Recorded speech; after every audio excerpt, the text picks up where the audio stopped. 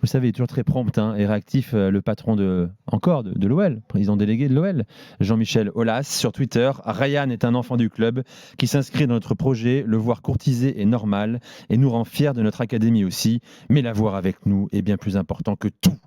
Voilà. T'as pas rajouté le hashtag Ryan. Hashtag Ryan. On peut parler de Il a arrobasé. On peut parler de cette décla déjà. Il a hashtagué. Non, il a hashtagué. On peut parler de cette décla ou tu vas sur autre chose?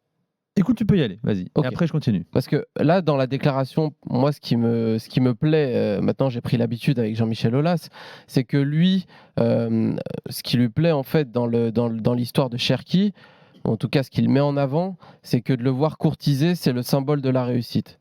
Et ça, moi, j'en ai marre. J'en ai marre parce que ça fait 10-15 ans que c'est le cas. Ça a commencé évidemment, le représentant de ça, c'est Karim Benzema quand il part au Real Madrid. Et suiveur lyonnais, on a été bercé par ça et finalement on a pris des mauvaises habitudes, je crois. Et à 32 ans, je pense que je m'en rends compte maintenant et j'espère qu'il y a pas mal de supporters lyonnais qui s'en rendent compte. C'est-à-dire que la fierté dans ce club, elle passe par la réussite des joueurs ailleurs. Pas chez toi, mais ailleurs.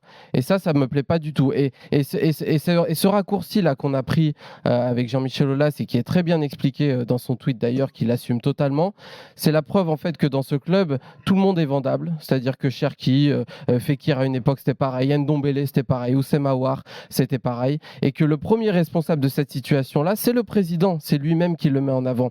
Et aujourd'hui, vu que la direction sportive ne suit plus et que tu n'as plus d'idées pour remplacer ces mecs-là, tu te retrouves avec une équipe qui est affaiblie. Mais c'est bizarre, il n'y a pas un repreneur Un repreneur, pour l'instant, il met du temps à mettre l'oseille, apparemment. Mais ce que je voulais dire par rapport à juste ce débat-là, et après on parle de Cherki au PSG, c'est qu'au final, Lyon se met dans une position de victime depuis des années. Et on a fermé les yeux par rapport à ça parce que ça fonctionnait à peu près.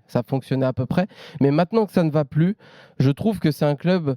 ça se voit, ça explose maintenant au visage de beaucoup de personnes, dont moi, c'est que c'est un club qui s'est mis dans une position de victime et qui s'est mis dans une position de club faible, et par la voix de son président en premier lieu.